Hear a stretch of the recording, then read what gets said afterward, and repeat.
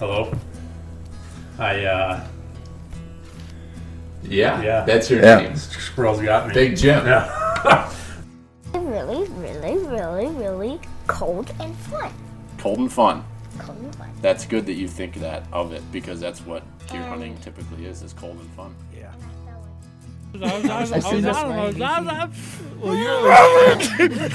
Yesterday morning, I'm glassing up on the pass and I see these deer moving, and I'm like, "Ooh, there's deer moving." All of a sudden, I just see this person just head down, just hauling ass, wearing shorts and a t-shirt with a pack on. And I'm like, is that Tard? My dad always talks about floating through the woods like the autumn breeze. So Robert's when you're the 275 pounds, I don't know how you do that, but the Freightliner. It's just like a creeper. You're just kind of up in the corner watching what's going on down there. yeah, You know, he's like, he's up there slapping, pissing all over everything. "Is it warm yet?" How did you know the name of the actor? That's right. I know. Why did you say his name? Hervé Villechaize. Remember this?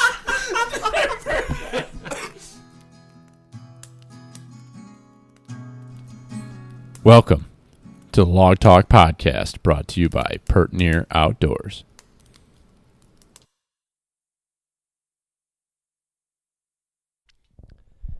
What's up, everybody? Welcome back. Thanks for joining us again. This is your host, Billy, and I am sitting here on the 29th of March, coming at you and breaking down the start of another episode for you. So I hope everybody had a nice weekend. I hope that you're all healthy and getting through this thing that is the corona.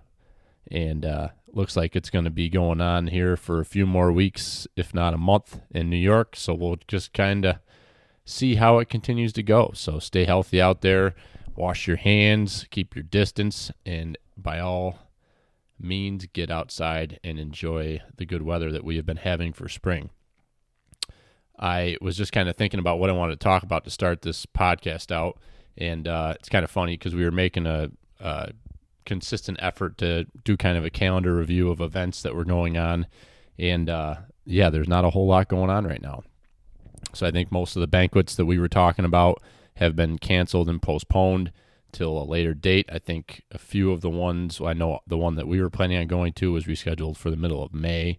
So I think you're going to see quite a bit of that if the events that you guys were planning on attending or that were going on in your area for the different, whether it be QDMA or NWTF, we're starting to see a lot of that stuff be canceled and pushed back. So if it has not already, it probably will be. And so keep your eyes peeled for that. We did see this week, I think Thursday night, they announced the golf tournament that they're going to do. NWTF is in June up in the Rochester area.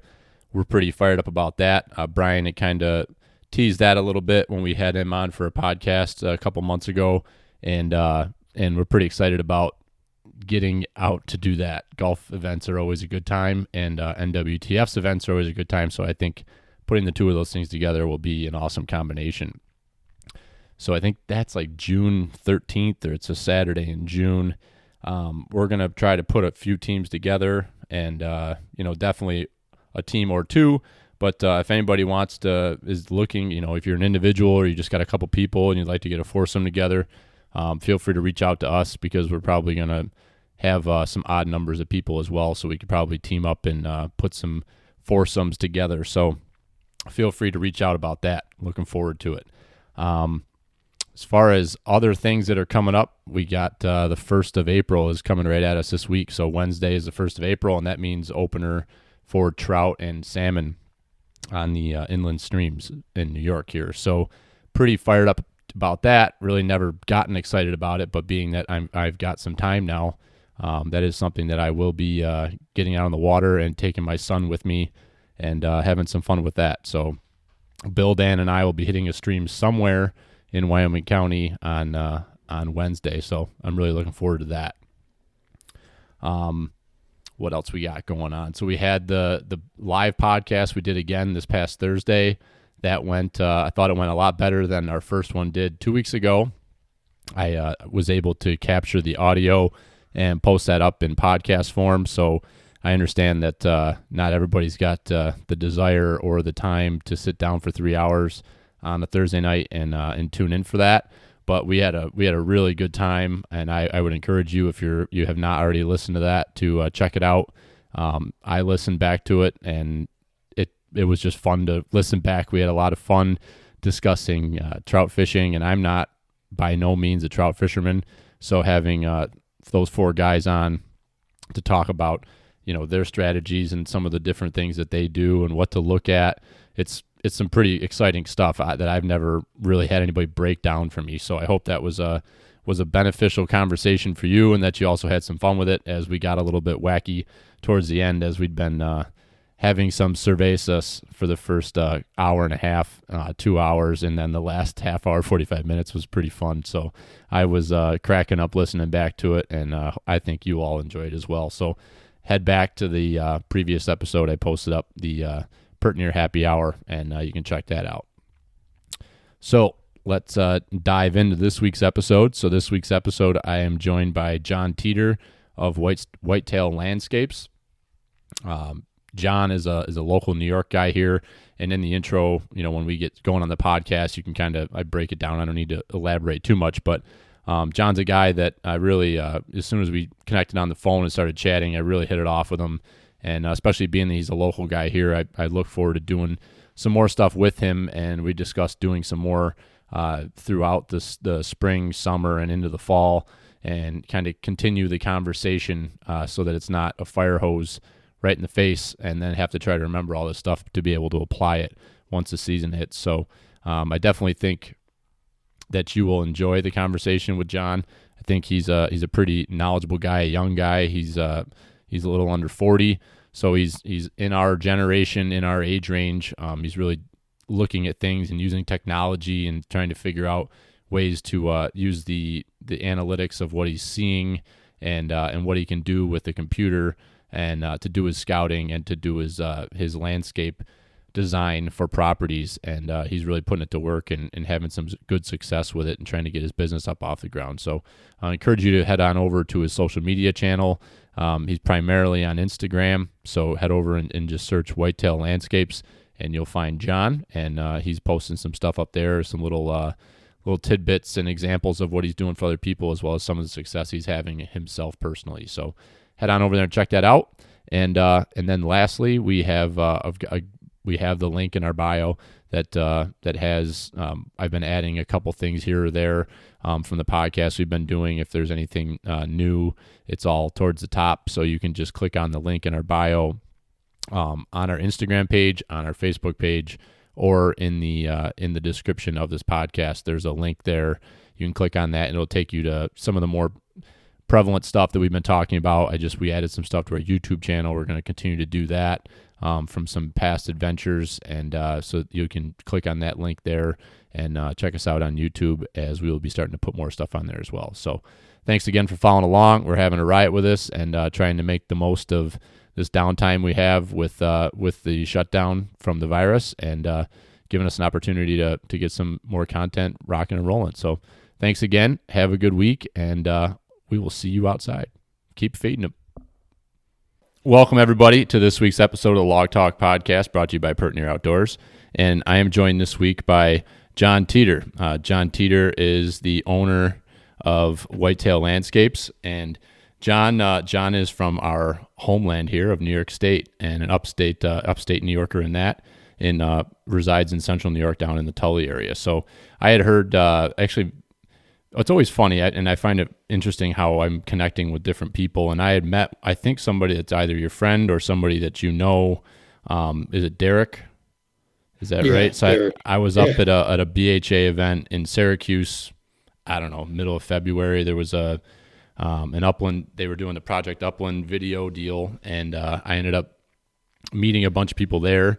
And then Derek had reached out to me with a message on Instagram and said, hey, you should check out my buddy's page. He's just getting his Instagram profile up and running, but he just did a podcast with Dan Johnson on Nine Finger Chronicles, and about whitetail habitat and wind and thermals and all that. And I was like, oh, cool, I'll check it out. So I checked it out, and I thought that Jon would be a great addition to our podcast and our listeners.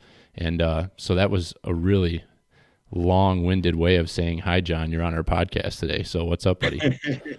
Thanks, man. Thanks for having me. This is cool. I'm starting to get you know, integrated into doing this podcast thing, and I like it because gives me a chance to meet other people. Right. So that's pretty much that's why I like it. Absolutely. So you and I connected last. We had a phone conversation last week, and it's actually a fantastic conversation. We were talking for like an hour and a half. It was supposed to be like a 5-minute conversation, and we've definitely hit it off. And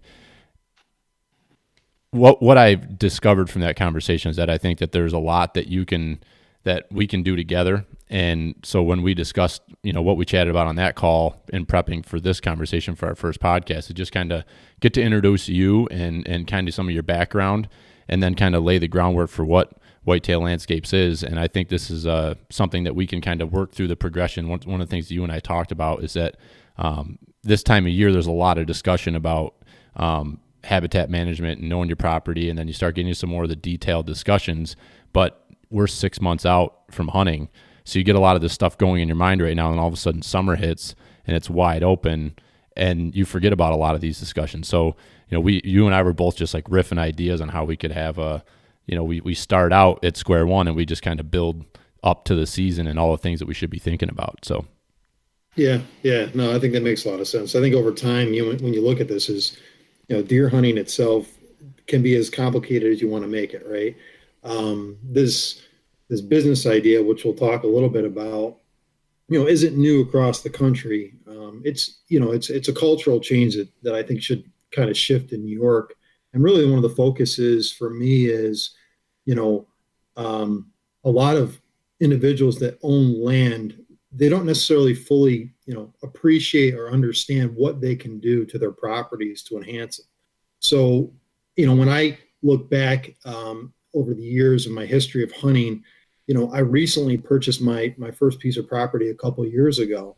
And going through the process of designing it, and obviously it wasn't my first property I designed, that made me start to think how others could leverage the knowledge base that I have and experience I have to be highly successful. If you're going to spend $100,000 or $200,000 on a piece of property, and you're not going to architect it in a way, and it's, I guess, the primary purpose is hunting or recreation, and you're not going to architect in a way that's going to give you a good return on investment. Really, I ask you, what's the point of buying that piece of property? These are huge investments for people, and it makes sense. If you're going to build a house, why wouldn't you have an architect? If you're going to do landscape, that's nice. Those are things you can do, but it doesn't give you the bones and body of the property that you kind of really need to construct to be efficient. And so this is all building efficiencies. And I don't know, we didn't get into the background yet, but big picture is when you own land, you can do a lot to it to make it something of a dream. And dreams are achievable. I mean, clearly, if we'll talk about my property maybe today, and it's what I would call a Class C or D property. It's not a good hunting property, but there's a reason I bought it, and there's a whole host of reasons surrounding that property that are going to make it phenomenal. It'll be the best hunting property in an entire 10 square miles. And, it's that confidence is what you need to have when you go into, designing your property. So you almost need somebody to walk you down the trail of that discussion. And that's the whole purpose behind the business. Right. Absolutely. So, I guess to funnel into the introduction of you and how you got into this sort of stuff. So, you have a kind of an interesting background as well with your product testing and some of the writing you've done. But how did you get into hunting? How'd you get into this whole, managing the architecture and the landscape of property and doing what you're doing? Yeah, so I mean, pretty humble beginnings. I grew up in a suburb outside of Syracuse. When I was a kid, I used to walk around industrial parks and track deer. That was kind of my intro to hunting. My father hunted. I didn't have as much interest in hunting as he did at the time. When I was younger, at the time we could only, I think you could only started hunting at 16 for big game. And in that transition, I had a lot of different options to hunt different terrain.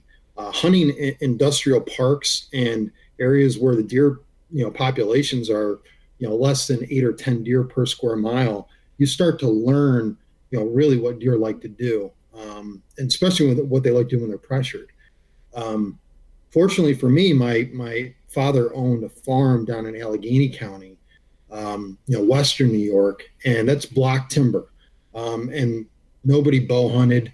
You have thousands of acres at your disposal. It was an experience. And some of the strategy I learned from either talking to old timers or just learning trial by error was phenomenal. Like crazy things, I remember when I was young, I used to go out at 2 or 3 in the morning, we can legally spotlight in New York, go out and spotlight deer to figure out what woodlots they were moving to, and trying to figure out, okay, 2 or 3 hours later, how I'm going to attack those woodlots as a result of that data. So it was a start, it was a start for me to start to realize that I can ingest data. And as I ingest it, if I kind of microprocess it in my mind, there could be a good net result. And from all those learning experiences, I hunted suburban areas, I hunt big public land, and I've hunted big public land for years. Now I'm getting away from that now just because of time. But, in college, I hunted public land. You had to be razor focused to kill on public land, especially around where I am, where the deer per square mile is nothing. You get out to Western New York or areas north of there, it's phenomenal hunting. Good ground, good dirt, a lot of vegetation, perfect habitat, ideal conditions. Soil is comparable to some of the Midwest areas. And you're seeing 150s, 160s class. And guys that get on here and talk about hunting Western New York, that is different than Central New York. And it's different from, the Adirondacks, which is also different from the southern parts down by the Catskills. Mm-hmm. And then obviously hunting Long Island. So you got a diverse, landscape, and having a lot of experience, guys that come out here to do consulting, I feel bad for the landowners. I don't mean to sound very, very skeptical, but they don't understand the culture. They don't understand the atmosphere, and they don't necessarily understand the landscape the same way that some of us do. As hunters, we're probably more knowledgeable than those guys. So leveraging their expertise may be good in some aspects and completely wrong. We're a high pressure state. Even in areas that are low pressure, it's still significantly high pressure. So anyhow, getting back to kind of the history here, I basically learned to hunt in really competitive areas. And I think over time, having that diverse skill set and knowledge to hunt those areas gave me a good background. I failed a ton, but eventually I had a couple aha moments through my career, and that kind of shaped, the way that I kind of approach things now. I'll give you an example. I was hunting block timber down in Western New York in Allegheny County on my parents' farm, and a part of the timber, there's a small, maybe it's 1 acre, it's red pine, there's some maples interspruced into it. And it was surrounded by corn. I walked into that area one day, and I must have kicked out $6. And there was a couple studs in there. And I'm thinking to myself, and I'm 19 or 20 at the time. And I'm thinking to myself, how am I going to get up into one of these trees? I'm looking.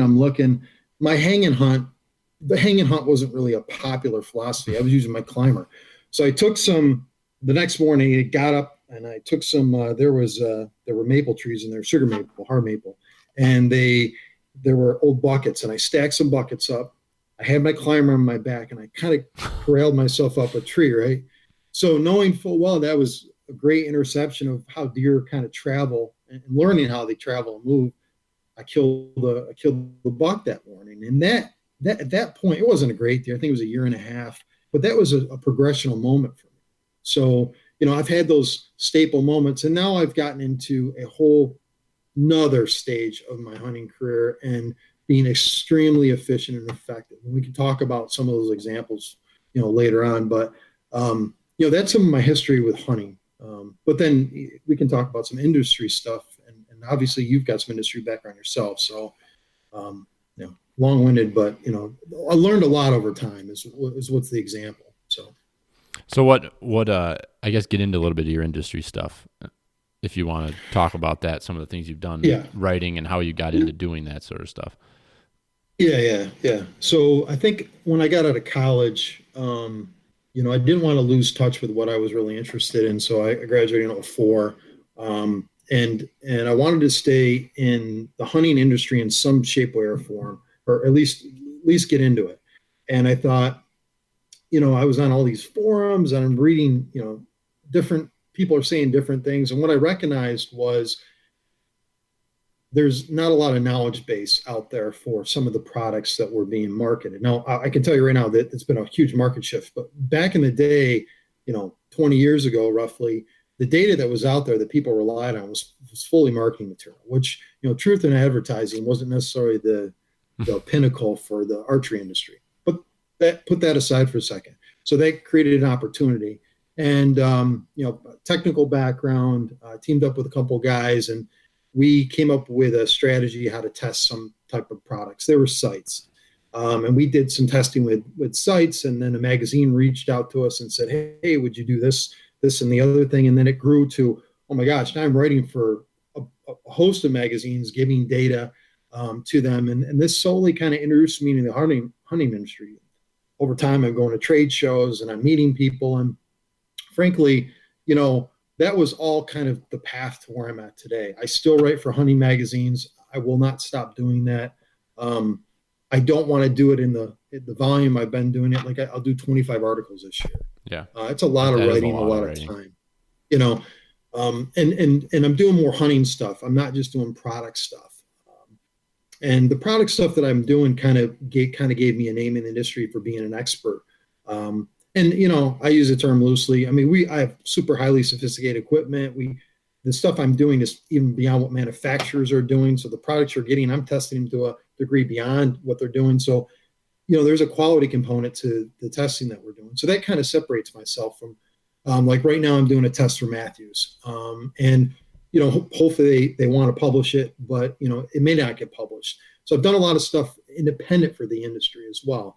But I've been doing writing for North American Deer Hunter. I got an article coming out with Quality Deer Management. So I'm going to get more into the deer side of things. And that's just a matter of choice and time for me. Yeah. So, it's progressing into just focusing on deer hunting and kind of what I'm most passionate about. But I will still do the writing for the other magazines as time goes on. That's kind of a staple thing for me.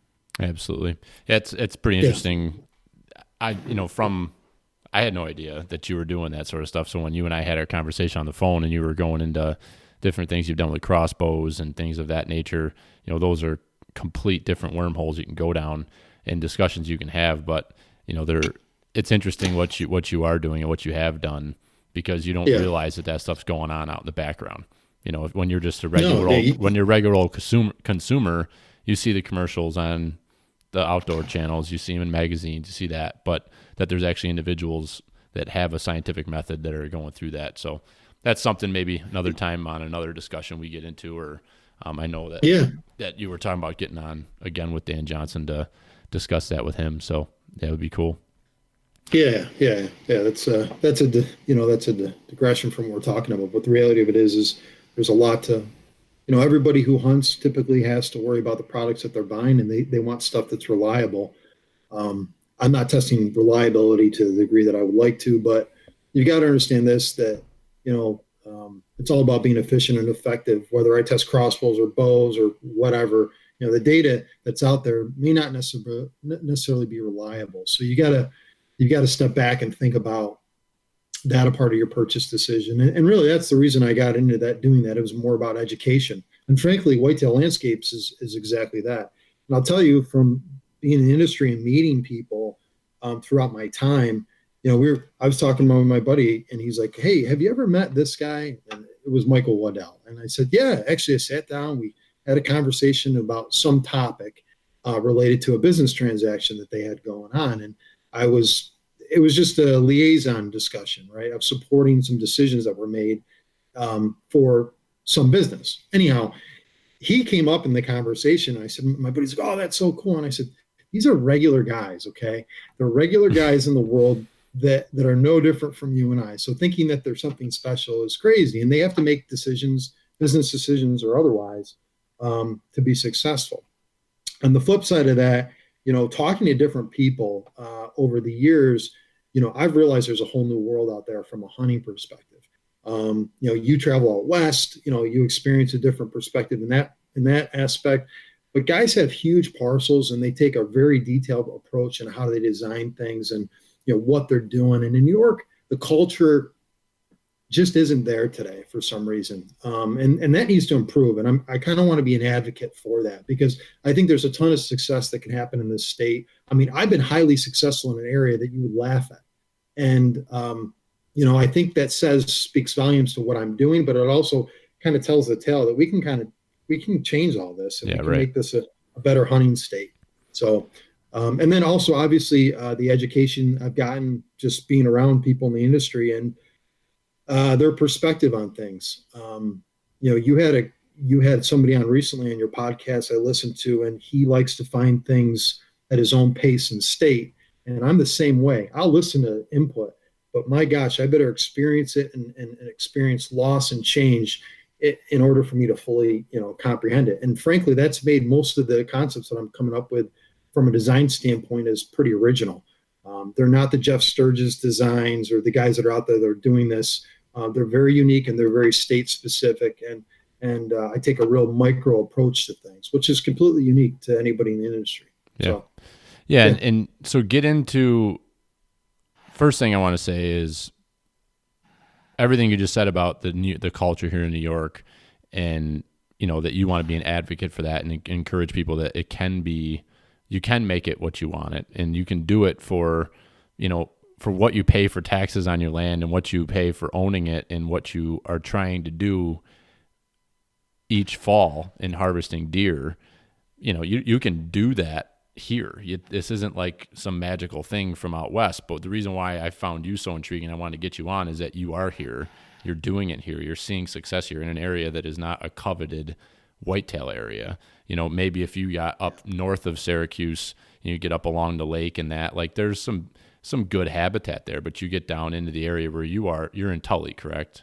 In that area? right. Yes. I mean, you're in the hills. It's kind of has that Finger Lakes Catskill type of feel to it down there. And it's not ag land. That's not what it is. So I think that's when I had heard you, started looking into that, and then also looking at what we're trying to do here with Pert Near Outdoors is, bring the light to what type of stuff we can do in New York and what type of stuff is being done in New York. I'm seeing it, and I don't know whether it's just because more people are on instant media, on social media like Instagram and Facebook.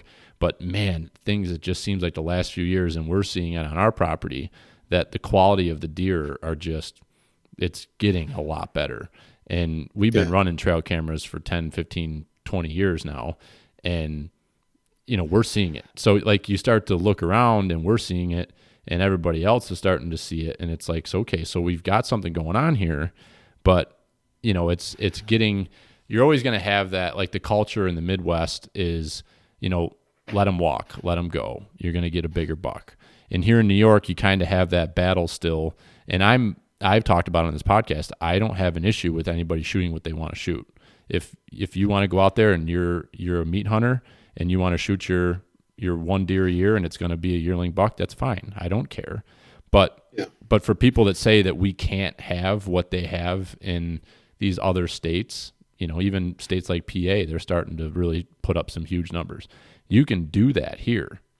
It's just having a plan with your property, regardless of how big it is, what you have it with, what are you going to do with your piece of property to make it that whitetail mecca that you want to have? And you can do it. And that's kind of what I wanted to get into with the introduction of you, with your business, and like how you got into this, because you're doing that with your own piece of property and starting to do this for others, and kind of just go down that path and explain how you're doing that. Yeah. So, I kind of started this journey maybe 10 or 11 years ago. My family farm, I hired a consultant to come out, and I had, pretty limited knowledge, right? And in taking his input, I was soaking everything up. Pretty well-known guy, and actually married a cousin of mine, and I got a ton of information from him. But then when I recognized, I said, well, I kind of did my own plan, right? I did my own plan on the side. I said, okay, let me compare these two documents and see how close they are. Now, he doesn't have necessarily the knowledge and experience of hunting my property, right? So he doesn't know everything that I know. And obviously you try to relay as much as you can to a consultant. That's the best thing you can do. But giving him as much data as I could. And then again, looking at the two plans, I recognize something, that there's an attention to detail element of this that can be the game changer. And it could be beyond just looking at topography or terrain or species diversity. It's having the knowledge in that particular landscape on how to attack things, and then extracting data from the hunter or landowner in a manner where I can help them progress at an exponential rate. I mean, for example, guys don't want hunting properties to take 5 to 10 years to progress to a level of success. They want instantaneous success. Now, there's some things you can do to help promote that, but then you got to really have realistic expectations. Your age classes aren't going to jump up tremendously for your deer herd in a year. It's going to take a couple of years to get there, and you're going to have cooperation with your neighbors. So, basically my journey over 10 years has been learning and failure for hunting. I'm super efficient now. My strategy to hunting, we'll get that probably into that on a separate podcast, is I'm killing within hours of going after a deer. That is probably unique to a lot of guys. I may be hunting 120 or 130 class 3 or 4 year old deer in my area. Those are top end deer. There may be one of those per 2 or 3 square miles. And so, you have to be very selective and intelligent. And, I've already got plans for this year, what deer I'm going to kill. I already know today I've got 2 deer. I know which one I plan to kill. And I have a pretty good idea how I'm going to kill him today, sitting here today, waiting for a certain timeline next year. And really, that's just confidence. And I don't think necessarily, anybody on this podcast listening, should think that's arrogance, because it's not. I have a goal plan and I'm going to stick to it. And if I don't kill that deer, by golly, I'll kill him the following year if he doesn't get killed. And I have, some experience with sticking to one deer over several years and killing him and being committed to only killing that deer. Now, I'm going to shoot my does, I'm going to get my meat.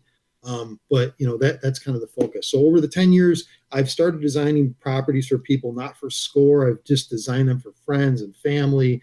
And, my brother-in-law shot his first buck the first hour he hunted with me. Best friends. I mean, I've taken guys out and they're killing the first day they come with me.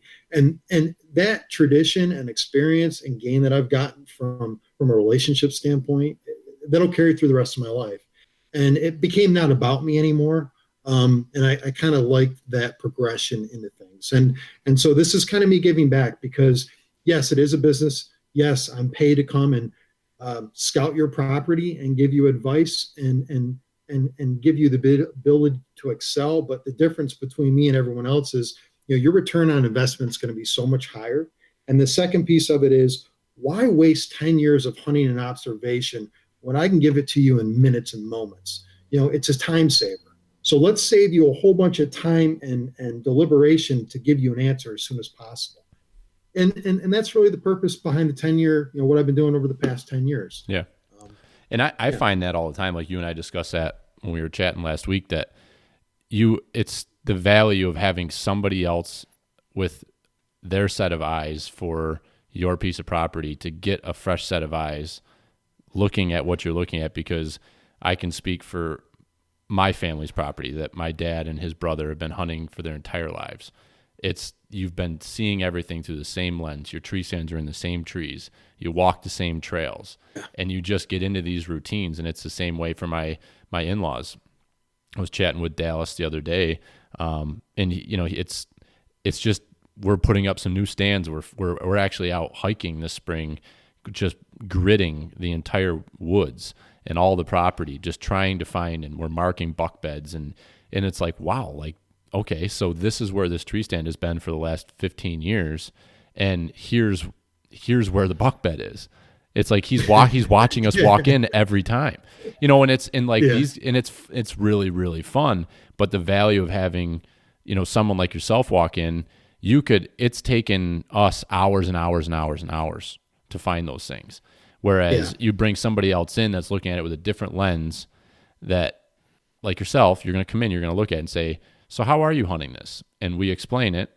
And then you're like, okay, think about this, where's the food, where's the bedding? I'm speaking from experience, but I'm sure people listening to this can agree that you get in a rut and you do things the same way.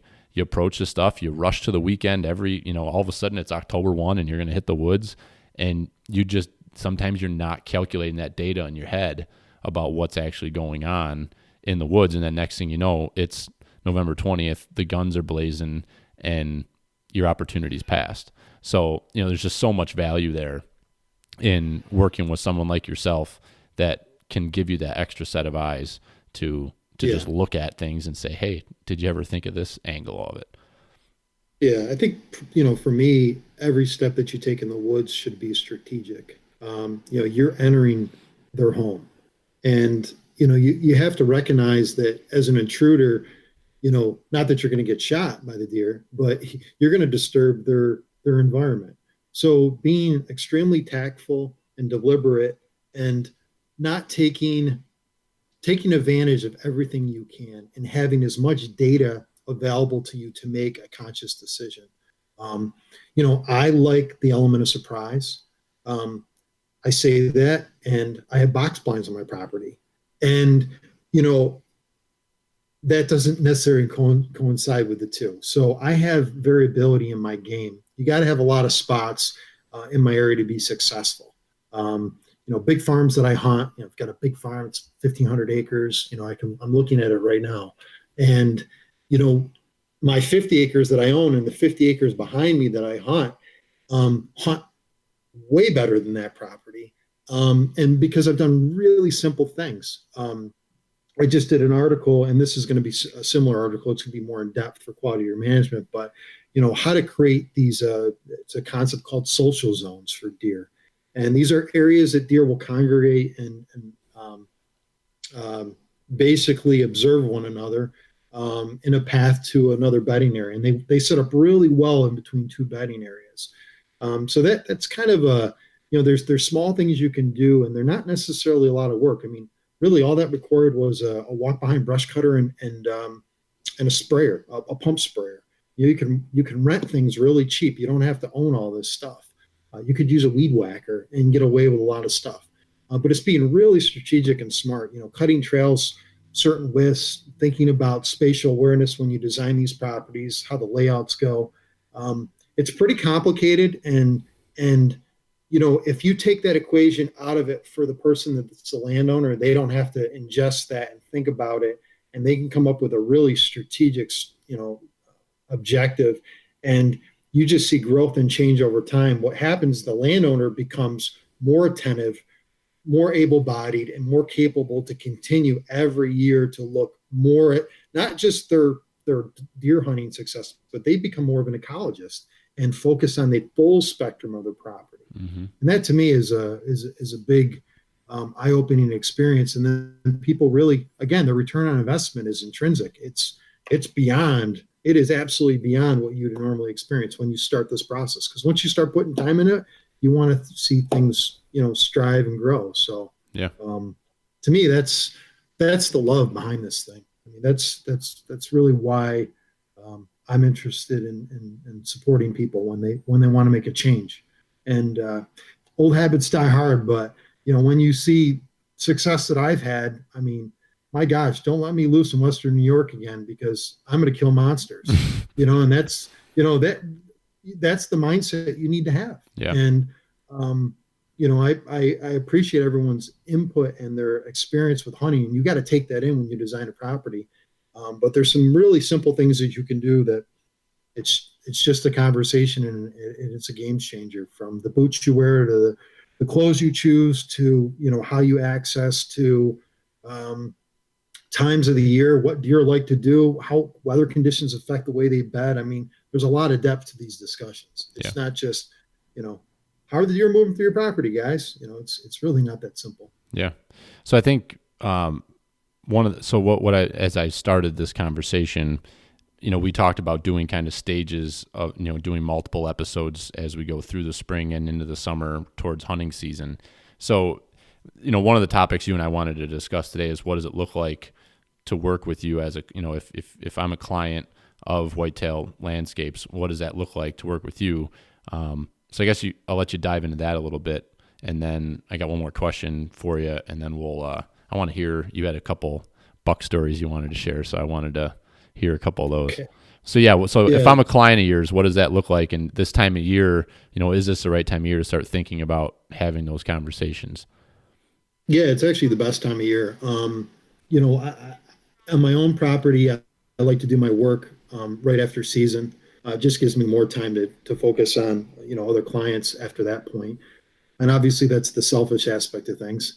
But, for me, the best time to start working on forest management is directly after the season. You're in the tree stand all the time and you're looking at things you can change and improve. And boy, it's a lot easier to work when it's cold.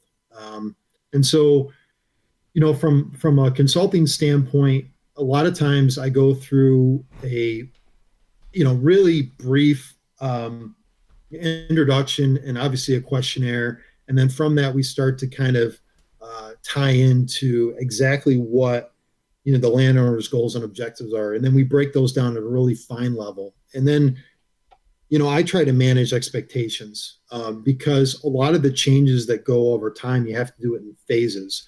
So for clients, I don't necessarily just want to stay with them for the initial consult mapping and then, backup information that supports the plan. I'd like to ensure that they have success over time. So that's kind of a quality aspect of it. Obviously, the most important thing is these individuals are experiencing success. And if they're not, that's why you have a phase 2 and 3. And a lot of times these property plans aren't as simple as just, okay, implement this. I mean, there could be some significant things involved. I mean, if you're planting apple trees and you have no history with planting apple trees, there's a lot to know about apple trees that you're going to have to learn about, through me or through somebody who sells apple trees. And then, whatever species you're interested in planting or whatever trees you're interested in cutting, there's a lot of knowledge base. It could be even as far as, hey, we've got a very dense woodlot that has, high growth trees and there's a lot of value here. It's talking about, maybe you can reap the benefit of that value. And actually, one of the guys that actually helped me when I was doing my property, I contracted with him to cut my property. He said, "What the hell are you doing on this piece? I've never seen anybody that does anything like this." Now, come to find out, this guy is shooting incredible 130, 140, 150 class deer in central New York. And we got to be pretty close. And he's like, "Wait, are you telling me that I can hunt offensively? I can manipulate the landscape from a vegetation or topography?" I mean, even we're going to the aspect of manipulating topography, which is, again, far beyond what anybody else has been talking about. And he had an aha moment. He's like, "I want to be a part of this." And, his expertise with heavy equipment, which I don't have, and cutting trees, right? He's a professional logger. It's kind of been this kind of good balance of things. So, I have somebody that will do the implementation work. I prefer not to do implementation, but I have been helping guys understand what to do when they get on the property. So ultimately, some people require chainsaw training, and that type of experience. So, depending on your depth of knowledge and what you want out of it, it can be really, really involved. It's hard to kind of meet everybody's needs, but the reality of it is we all have different goals and objectives, and it's just figuring out how to get somebody there. And I got a client in 2 weeks. He owns property that's essentially wetlands. So he has limitations on what he can do. Mm-hmm. So we've got to kind of work around those limitations and then meet his goals, which his goals are, interesting enough, he just wants to see quantity. He wants to see volume of deer. He wants to increase his deer numbers. He doesn't care about big bucks. He wants to shoot deer.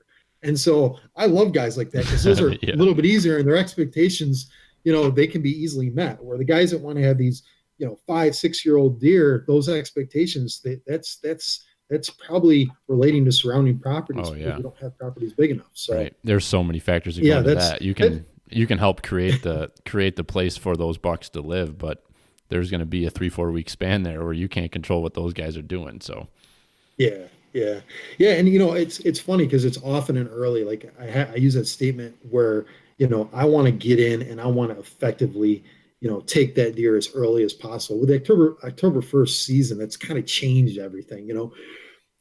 there's, whatever you want to call a pattern. There's no such thing as patterns, but there's some predictability with some of their movement, right? And that predictability, you can effectively execute a plan pretty quickly. Like, I think people can relate more to those summertime movements a lot easier from a hunting standpoint than getting into the rut and then, living on a prayer, hoping that buck doesn't kind of move off grounds and travel 3 or 4 miles away. And they do it.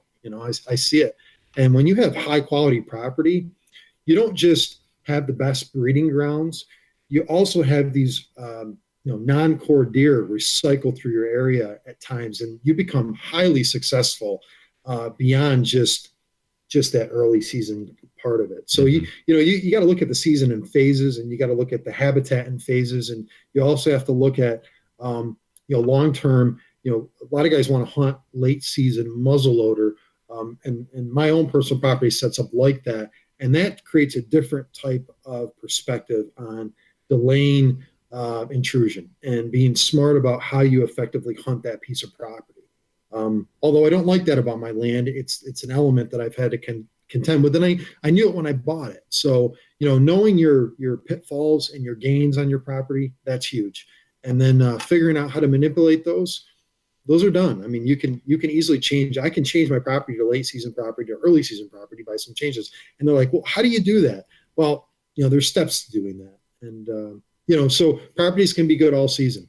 Don't let anybody think that your property can't be good early in the year, or it's just a fall range property or rut range property. Get that out of your head. You can fix that. Or my property is just a nighttime property. You can fix all these things. A lot of them have to do with just your style of hunting, but that's not always the case. So that was a long-winded response. No, I feel like I'm long-winded today. Sorry. You got a lot of wind in there, man. We're all kind of feeling that. We're all stuck at home and inside and out of our norm. So it's great to be able to look at a human being and have a conversation. But yeah, I mean, and that's what I'm loving so much about this conversation you and I are having. And I think there's a lot of light bulbs going off right now because there's so much good content out there. These podcasts they're all over the place, and there's so many very intelligent and successful people that never had a platform before. Maybe they had maybe they had their Facebook or whatever, but to be able to listen in a long form discussion about how people are having and finding success, and everybody, there's not a one way to do it. But there's so many different things to think about.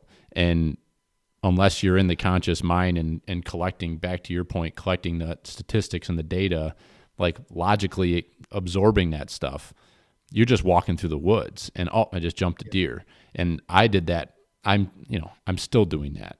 But now I'm trying to stop myself and say, okay, where were those deer? So for example, last Sunday, I was out for a hike over at my in-laws' farm, and Dallas and I were together walking, and we were checking out. We had found a good bed, so we were checking out this bed, and buck rubs right in the beds. There was some hair in there, heavily used, right in line with a scrape line and some rubs that go east and west across the property through the hardwoods.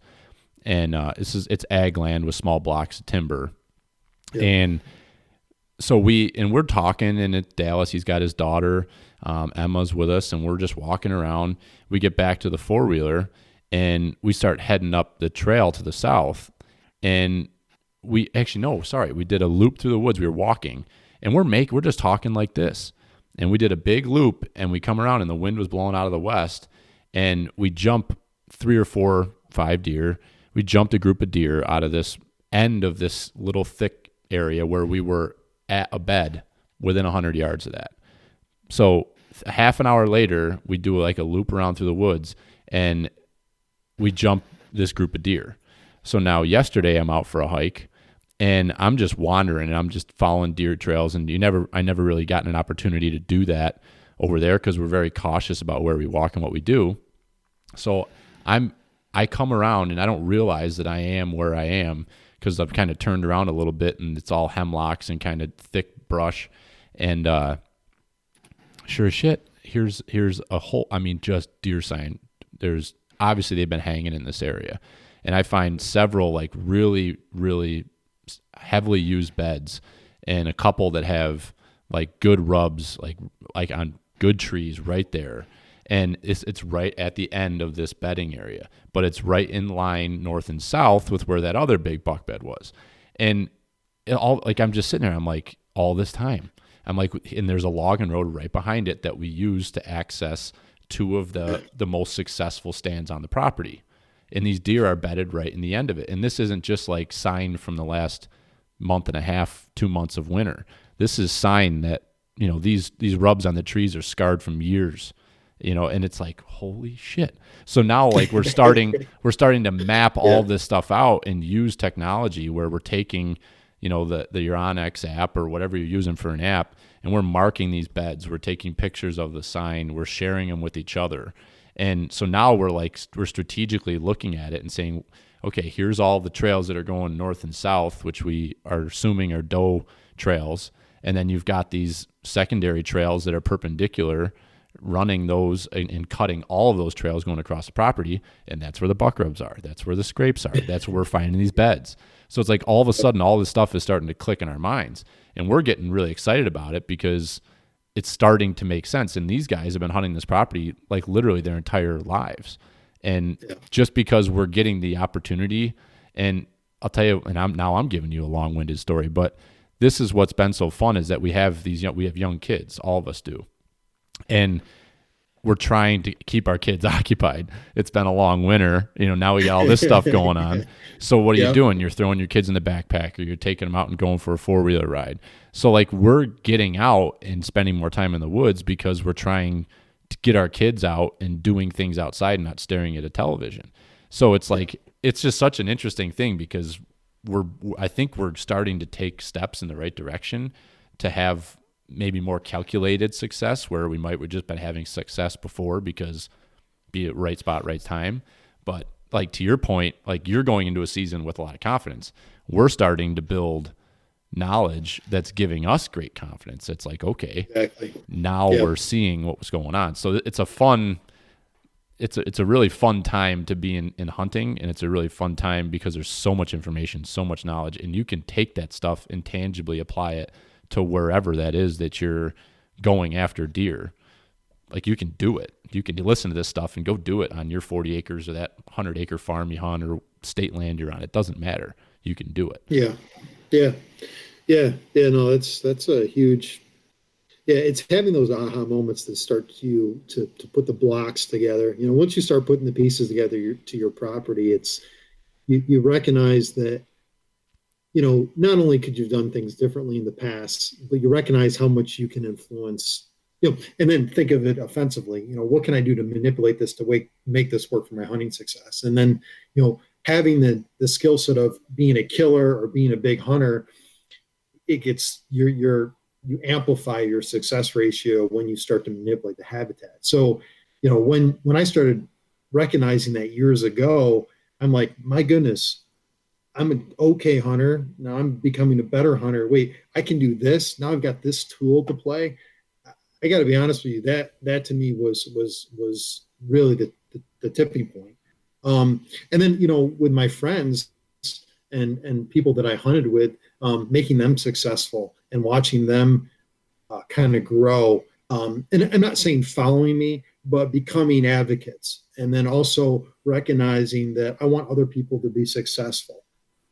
I don't have I have large forests. There are block timber, but I don't have observation sites. I have to be very smart about how I observe and understand how deer move.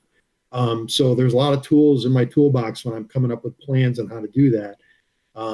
In some of the areas like you hunt, you do have big woods areas, but you do have a lot of block timber as well. And the guys in the flatlands, north and south of you, there are flatlands in those areas. Those that have the observation data and spending time and watching deer and watching what they do without intruding. I mean, my goodness. I mean, those are really, that's the way to do it. And strategically attacking them, hanging hunts or whatever. There's really finite ways to go after deer. I like the surprise attack thing. I'm not a big scent guy, and there's a whole bunch of reasons why. if you saw my regime and I changed eating habits and I mean the whole nine, you'd be like, this is insane. But the success has proven that these things work. What do you cut? You cut back on the Taco Bell, or what do you do? What's the secret? Yeah, I mean Taco Bell's out starting like July 1st. My wife's a vegetarian. Funny enough. Oh so, boy, we have that debate quite a bit, and we have kids, and so they do eat meat. That was a debate when they were born, and the fact is, my wife appreciates the fact that I do hunt, that we butcher all our meat, and it's a family affair. She even is involved in it. She appreciates that. Right now, she can recognize how much venison I'm actually eating, so nothing goes to waste. Yeah. But the reality of it is we're all out there for one particular reason. If guys are just hunting horns and that's their mentality, I'll say this, that's an interesting take on deer hunting. And I would say that, I'm certainly guilty of focusing on antlers, but I don't focus on antlers as my primary objective. I mean, we're constantly keeping the herd here in check. I'm aware I actually like the lower deer density for hunting purposes. It sounds crazy, but it allows my access to be a little bit more fruitful. And, laying out these properties where I generally know what deer like to do, you can be super effective. So having deer densities at 50, 60, 70 per square mile is bad. And when I hunted down in Allegheny, I think I told you, opening day of gun season, this is in 98, it would not be surprising to see 150 deer. Yeah. And, those numbers at that time were pretty typical. And out of that ratio, you might see 6-7 bucks, mostly year and a halves. A lot of guys from Pennsylvania would come up and hunt New York because, it's a $2 state and that's a big deal. And the hunting season's kind of, overlapping away where it's good for everybody time wise. So, I think the reality of it is, Western New York has probably changed a bit from that.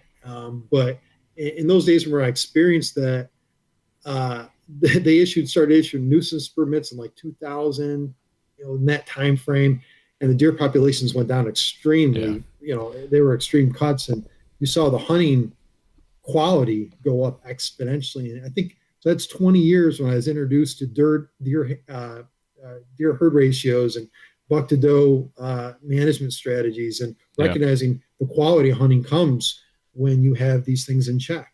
Yeah. And if you're age class focused, there becomes a benefit to that when the herd ratio and population quantity is in check. And those are like things that people do not understand. And maybe through the podcast, we can hopefully help kind of alleviate that old myth. Well, yeah. And you talk about, I'm sitting here thinking about Allegheny County today, and I don't know I don't have the DEC map up in front of me, but I think in that area, I think the numbers have come down significantly. And I think it's hard to even get doe permits in that area, even if you're a resident in those counties. I think it's challenging to get doe permits. And but I think back to growing up, and I can remember, being at camp when I was a kid, and Dad and my uncles and everybody in camp, they'd be coming back and saying how many deer they saw, and you referenced 1998, and that was a few years post the big ice storm. I think there was an ice storm in 92 or 93, somewhere in there, and those were like, I mean, that did massive damage to this Western New York area, which was fantastic for habitat because it just thickened everything up. I mean, our property in Naples, I mean, Dad and his brother, I mean, they spent years and years and years cleaning that up, and the woods opened up, and then we started doing logging and selective cutting and, doing stuff every year to thicken the woods back up. But there was that stretch of time where populations of deer were just exploding because there was so much cover and so much habitat for them in areas that maybe have just been wide open hardwoods prior to that. Yeah. So, and you talk about the healthy of the deer herd, you get the two sides of that. There's some people that want to go out and see 40 deer a night, but to your exact point, you go out and see 40 deer a night in a hardwood timber type of area, that's an issue. Like, you've got over browsing, you've got, the deer, you're not going to see maybe the quality of bucks because there's just not enough food and nutrition to support that much that many mouths on the ground. There's not that much. And that's one of the things I find interesting talking to some of these. I've gotten engaged with a couple of the Nature Conservancy and the Western New York Land Conservancy and some of the biologists that work with their properties. That's one of their major concerns. You don't think of those organizations as being super pro hunting, but they understand the impact that if they were not to hunt those properties and have them be like sanctuaries, it would decimate all the vegetation in those areas, because the deer are going to eat all day, every day. And so you'll find those pieces of property in those organizations, they have hunting programs, because you have to manage those populations, or else they'll just eat everything on a house and home. And then it's not, it's hurting habitat for everything else. So it's an interesting conversation.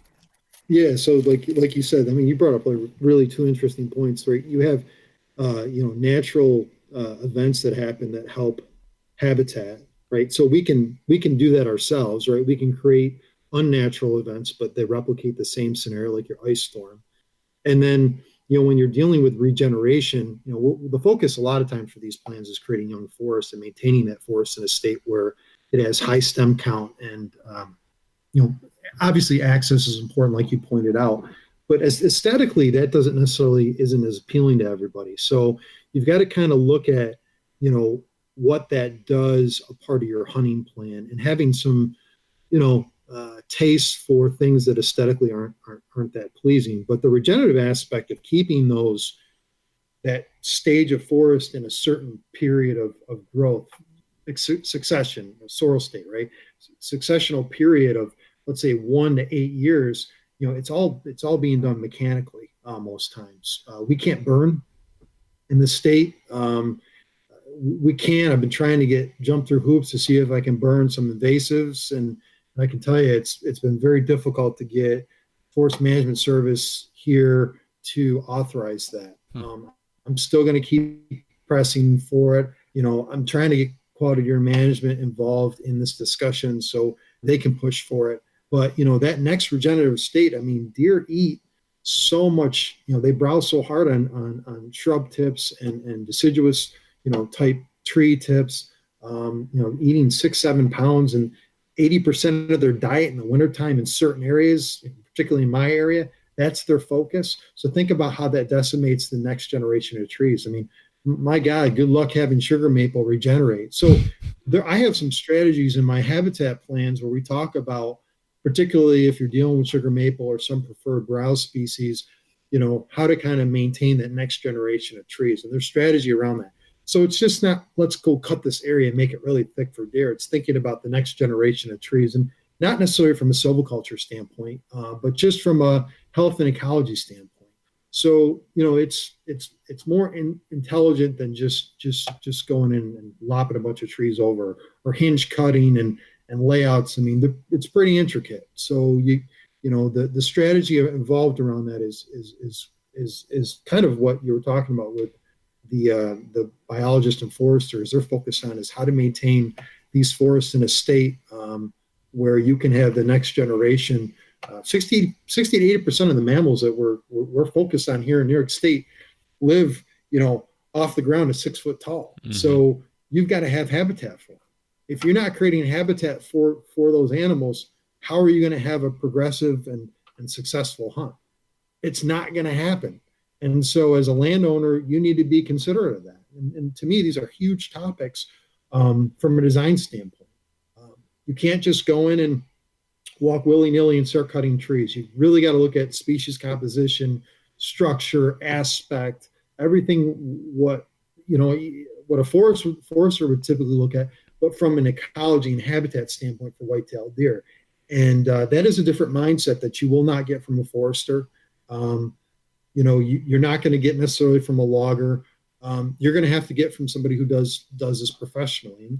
And not to sell what I'm doing, but take a fine eye at that and think about that when you're going into your woodlots. Mm-hmm. Don't just cut willy-nilly. Have a plan and think about that plan, and think about what's it going to look like in 2, 3, 4 years from now.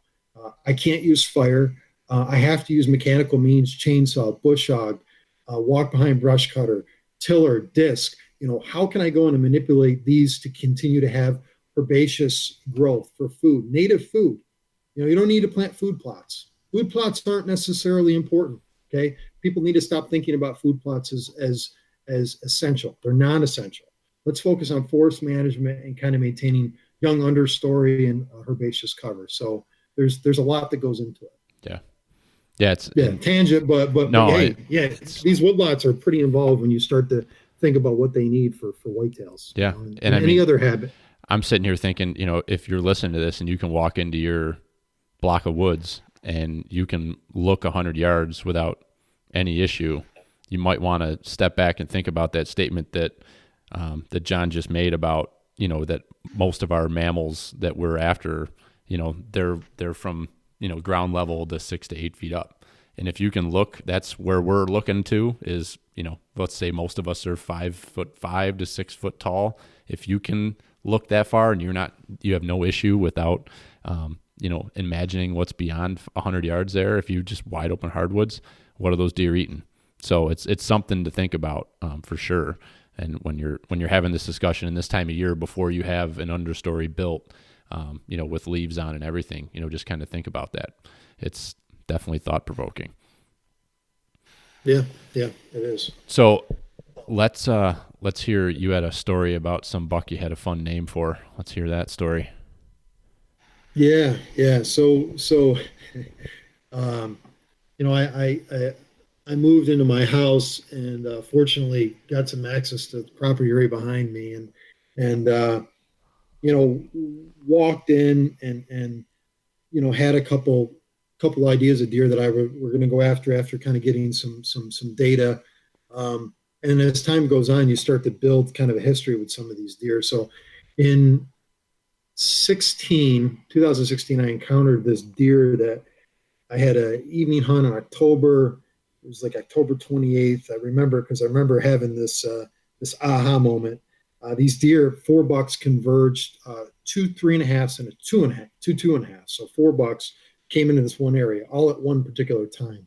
I passed 3.5s, trying to get deer to go to that 4.5 age class and above, which kind of is a little bit of a failure around here, but hopefully getting there. Well, this one particular 2.5-year-old deer, which at the time I assumed was 2.5, and I believe he was, had just this potential, not rack wise, but I had never seen a bigger deer in my life, body wise. And so at that point, I named that deer Fatty. So the quest to kill Fatty ensued the next year, because obviously, I knew he would be bigger, stronger, hopefully healthy, and survive the winter. And he did. And he became pretty resident, but he was very reclusive. And he was one of those deer that, I'd only seen him twice as a 2.5-year-old. And I really, really hoped to kill him as a 3.5. So anyhow, so opening day, the following year, so the year after 2016, 2017, 18 season, Fatty showed up. First day, I went right after him. I was going to kill him opening day. That was my plan. I needed an east wind. I had a good idea he was going to travel in this area. They tend to, bucks do a lot of wind-based bedding, so I wanted to capitalize on a movement. And lo and behold, he shows up, right? And love it. Some of it's by chance and luck, but he showed up in the area I thought he would. Hit the scrape that I created. I just picked the ground, created a scrape, a couple weeks before. Nothing special, no drips, none of that stuff that the people focus on. No sense, right? Came down the mowed trail, hit my scrape, and he took a wrong step. I couldn't get a shot. Spooks. I'm like, oh my goodness. I don't know what spooked him. Don't know, but he kind of walked away and huddled away. So now I'm like, okay, I went into kill mode. Now I'm into, I can't push this deer off my property. I only have 50 acres here. There's guys hunting all around me. And there's guys hunting the property with me too. There's other guy hunters that have access to this property. So that's why I need to kill them day one. So a few weeks later, certain conditions existed. I had some data on what he was doing. I'm checking trail cameras and torrential rainstorms, right? Trying to just put together pieces on this deer. So I'll go after him. 3 weeks later, I'm going to kill him. And I'm like 75%, I'm going to kill him. This is what he's going to do. Need an east wind again. He was a separate area, but needed an east wind. I'll go right after him. So I usually set up in an area a little bit farther away. I said, I need to get right on top. I'm going to split the distance so I can kill him, because he might cut me off as he goes into this other bedding area. So I got right on top of a almost a trail that I was hoping he wasn't going to go on. Well, it doesn't. Lo and behold, I see him 150 yards away, comes through a swamp, cuts right to the base of my tree. He's right below me. I'm like, oh my gosh. And this is where patience pays off. But I touched that tree. So, my organic compounds are sitting on the backside of that tree. If his face comes 2 inches from that tree, I am screwed. He's going to jet out of there. So I need to shoot him before he gets to the base of my tree, because it's game over. He's going to freak out. Now I could have rolled the dice, let him go past me, and hopefully he didn't smell I did a hanging hunt. Hopefully he didn't smell my rope or my hands or anything around the tree. He spooks. So I'm freaking out. He takes off on me, runs into another area. I get him in my backyard that night. And I said, okay, he's not spooked. I said, but I am super hesitant to go after him.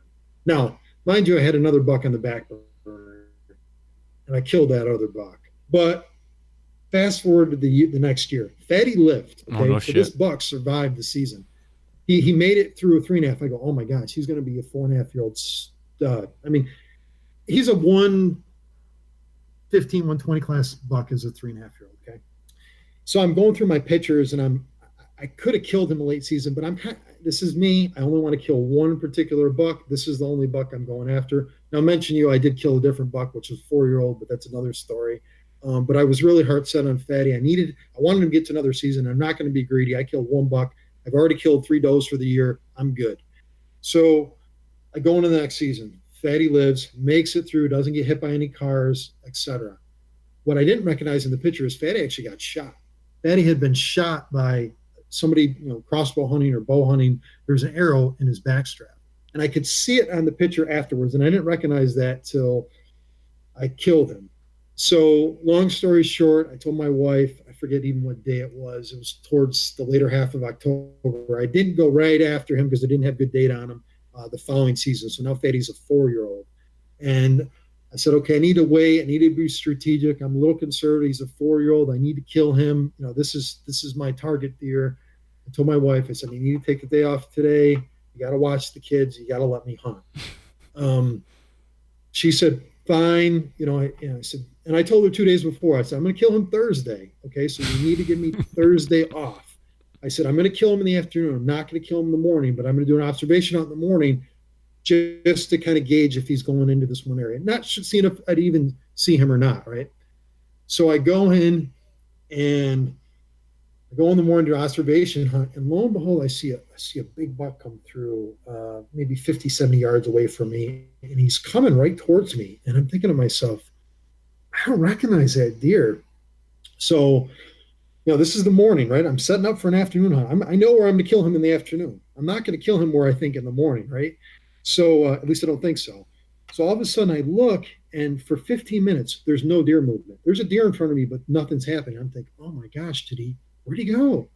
There's no other place for him to go. He's got to travel through this little corridor. So I created these little traps for these deer, essentially just a corridor for them to travel down. And he disappears. And that's just how things go. And I'm sitting there, 15, 20 minutes go by. And all of a sudden he pops out of nowhere, and he comes right down this corridor trail, and he's in front of me 20 yards. And this is essentially my third hunt in 2 years to kill this one deer. Okay. And I'm sitting there and I'm like, get your act together, focus, kill. Like, don't even think anything beyond the shot. I rock him, let an arrow loose, smoke him. He dropped 75 yards away. And, it was an experience because, this is not the only time this has happened, but it was a saga with a deer that I recognized as a 2.5-year-old, as a 3.5, and as a 4.5. And I've got guys hunting all over around me, and somehow he survived. And I don't have the best conditions to get deer to 4.5-year-old, but my goodness, a deer making this is beyond a trophy. His rack degraded that year, but he was still 115 class deer as a 4-year-old. And you know what? I'm proud of him. And I'm okay he's not a 150 class, because he's a 200-inch deer to me. Yeah. And the reality of it is I got him. I mow all my trails all the time back there. I've got my lawnmower. I access all my trail cameras off a lawnmower. I do things very consistent back there. I took him out of the woods in a lawnmower, and Is it a John Deere? You'd laugh at, yeah, and I got these pictures of me going past my trail camera. I kind of saved them because, it was an experience, and frankly, it was a feather in my cap at that point. And granted, I've got maybe 10 bucks that are in the 120 class range. But if you see where I'm hunting, they're quality deer. They're quality deer. And I'm young. I'm not an old guy, but I set my sights on a certain deer. And I got a story. Eventually, hopefully I can tell you another story on a buck that I killed this year. That was a 3.5-year-old. And that story will actually be in quality deer management. But then I've got another story about a buck I'm about to kill. So I'm telling you, I'm prepping you for next year. Nice. Hopefully that I got a good chance at as a buck that, he's going to push the 130s. So, to me, that's quality. I'll shoot my does. I'll focus on my deer herds here, and I set my targets correctly for my area based on my age class structure and what I've experienced. But, Fatty's home. At this point, I don't do any more shoulder mounts. I'm doing all Euro mounts. My wife won't permit it. She doesn't want any more racks in the house. Yeah. So I'm dealing with that. So, it doesn't look as glorious, but, I've killed, quite a few big bucks. I've been fortunate, like I said, 10 or 12 open youngs. And, I'm happy with that. I've been very covert about my hunting. I don't really talk about it to people. And it's kind of changed over time. And I want people to experience what I'm experiencing. I'm hunting a highly pressured area. There's probably 6 to 7 guys that hunt right around me in this area, and I'm killing 3 or 4-year-olds, and I'm doing it in a way where you can do it as well. So it's fun, and it's an experience, and I've gotten a lot of joy out of it. So that's awesome. Yeah, I can that tell. was the story on Fatty. I love the Fatty story. It's a great story. And I love the story that your wife won't let you do any shoulder mounts anymore. My wife actually, she's lost her mind. She was offering up my sheds. I've had a good year shed hunting. My best year ever. I've never really had any success. And just being the amount of time I've been out this year, I think I found seven sheds and a deadhead. And so I'm like I'm so proud of them. I bring them in the house. I'm like putting them on the mantle and in the living room. Yep. She lost it last night, and she's like, I'm giving these away. These are ridiculous. Nobody needs these. These are chew toys. I'm like, those are my trophies. Don't you dare touch them. So this is the real life, it's the reality of what it is to share your house. You got to build that shed out back for all your remnant, toys and 100%. that you find in the woods. Yeah, not this. This isn't probably our forever home. So our next house will have I'll have some sort of a barn, or I'll have a barn where I can have my wall of fame of all the stuff I've found. At some point, you want to travel up to Syracuse. My wife basically banned me to the barn on a normal basis. And, she lets you in the house during the day just to work and go to the shower and stuff. Yeah, it's cold. It's cold in my barn, but I've got a lot of toys in there, and I feel safe. Yeah, so, right. It's awesome. So yeah, I definitely I appreciate you hopping on here. It was a fun conversation, and I hope it got some people thinking, whether thinking about working with someone like yourself, or working with yourself, or even just getting out there and doing some of their own property management. And we're going to be, as I mentioned, I'd like to do some more with you on here throughout the spring and summer and into hunting season, to kind of make it a consistent thing. And also, I know you and I talked about maybe even getting together and having you come out and walk one of our properties, and maybe kind of go through the process, and we could kind of follow it along through, the podcast, progress through, here we went and we walked our property. I thought that'd be something interesting to do, to kind of bring it out to the listeners and people that are following along on social media. So I think it'd be great. I think that would be fun, and I think you can show how just small things can turn into big opportunities, and hopefully you guys are successful on your hunting land this year, and your family reaps the benefit, right? So it's thinking ahead. Sounds like you're starting to put the pieces together, which is 99% of the issue of understanding, what deer want to do and why, and then throw into a little bit of offensive strategy. And next thing you know, you're shooting the 130s, 140s in Western New York, pile of does, tons of meat, life is good, right? Absolutely. Yeah. I'm more, we're putting the pieces together for sure out here and at my in-laws where I live in this area. We're putting the pieces together, but there's a lot of question marks with our property that we have in Naples. It's a tough, I think that'd be the piece that I'd love to have you come up and take a walk. And my dad will listen to this, and I think he'll be all excited about doing something like that because we're getting them on camera. Like I don't know if you've seen the buck that we had on camera this year. We called him Frankenbeans, but this deer was did you see that buck? He was he's a 10-point mainframe 10 with probably like a 3 or 4 inch sticker on the right side. Did you see that deer?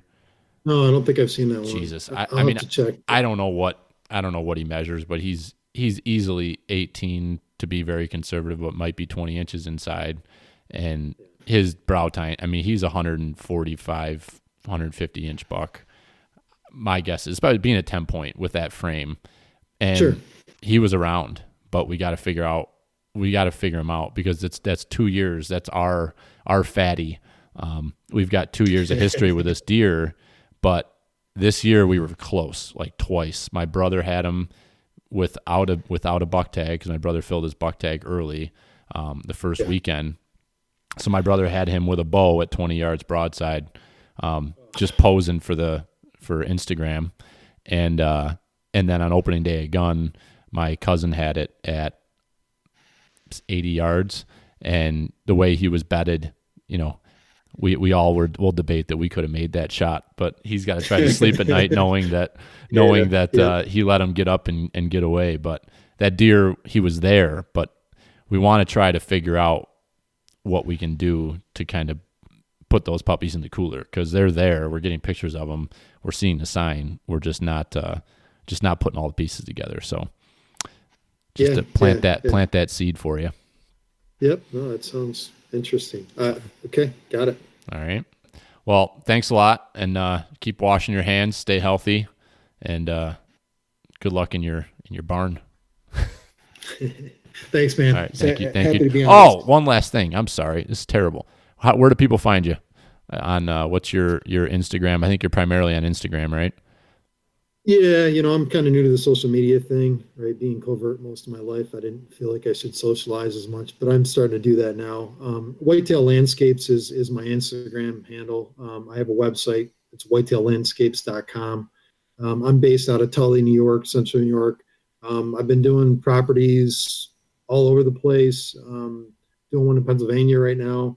I don't necessarily. I like to stick to New York, help the New York guys. That's kind of my focus. So, that's kind of the reason we're talking today. So let's hopefully we can continue to grow the interest.